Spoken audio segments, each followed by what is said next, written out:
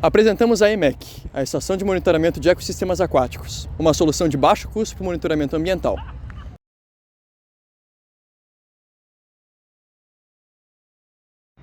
O projeto consiste em uma plataforma confeccionada a partir de uma chapa de isopor revestida de plástico, macarrões de piscina para auxiliar na flutuação na água, e em cima dessa chapa fixado 2 containers.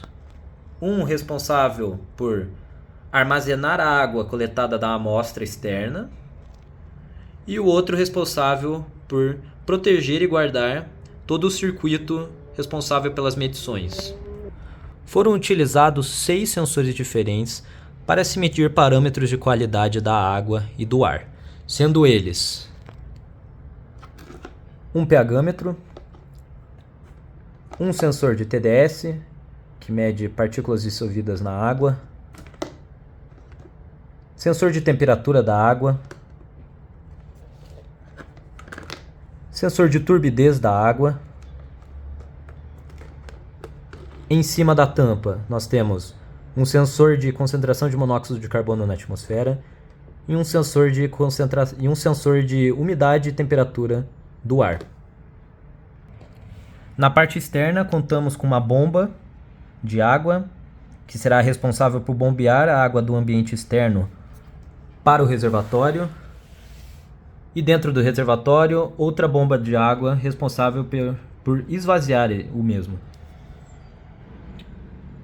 Para controlar todos os sensores, utilizamos 2 microcontroladores, um ESP32 e um Arduino Nano, sendo o Arduino Nano responsável pelo pHmetro e o ESP32 o responsável por todos os outros sensores. O Arduino, ao executar as medições do pHmetro, se comunica serialmente com o ESP, que armazena essas informações, junto com todas as outras informações dos outros sensores. Também utilizamos de 2 relés que servem para controlar o ligamento e o desligamento das bombas de água.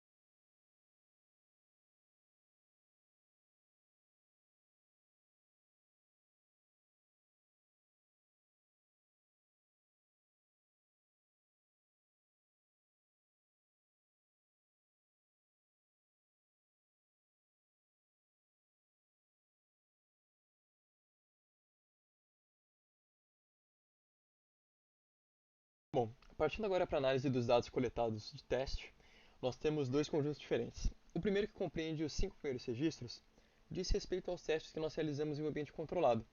Nós coletamos a água do rio Barigui, levamos para o ambiente interno, carregamos a cuba de medição e aí sim realizamos as leituras. Por isso, os valores de temperatura externa e da água e de umidade não refletem a realidade do ambiente aquático, e sim do ambiente de medição. Foi possível perceber que as medições de temperatura externa, umidade, temperatura da água e pH foram bem consistentes, sendo que o desvio padrão amostral notado entre essas medidas foi de 0,05 na temperatura externa, 0,33 na umidade, 0,03 na temperatura da água e 0,08 no pH. Já os dados coletados pelo sensor de turbidez tiveram uma flutuação um pouco maior, tendo uma amplitude de 6,35 pontos percentuais e desvio padrão de 2,35. Isso indica que o sensor, apesar de estar calibrado, não foi capaz de manter a consistência nas medições, mas ainda assim nós podemos dizer que a média dos valores registrados foi satisfatória, de 4,47% por uma água que foi coletada da superfície, levemente turva e sem sedimentos. O segundo conjunto de valores, que compreende os dois últimos registros, se refere às medições realizadas em campo. Nós colocamos a estação na superfície do rio e acionamos ela, obtendo essas duas medições. Nós podemos perceber que a temperatura externa e da água são muito parecidas entre si, assim como ocorria no conjunto anterior de dados. Mas a umidade é muito maior em relação a esse conjunto anterior, o que era esperado, uma vez que nós colocamos a estação em cima do corpo d'água. Os valores de pH são muito menores, o que indica que a acidez da água estava muito maior.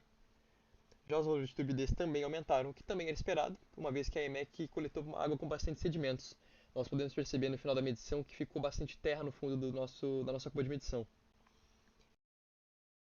Os valores de monóxido de carbono e de TDS, por sua vez, mantiveram-se em zero. Em relação ao sensor de monóxido, o MQ7, isso é justificado porque ele precisa estar ligado por 48 horas antes de começar a fazer medições concisas, porque ele precisa aquecer o termistor. Infelizmente, isso para nós não se fez viável. Já em relação ao sensor de TDS, nós acreditamos que o tempo em que os terminais ficaram imersos na água não foi suficiente para que a medição fosse realizada de forma confiável, uma vez que nós já havíamos calibrado o sensor e ele já tinha fornecido resultados satisfatórios, já estava funcionando corretamente. Então nós atribuímos a razão de todos esses dados estarem em zero a esse tempo menor de exposição. Esses dados que nós coletamos na tabela, nós podemos ver nesse conjunto de gráficos aqui.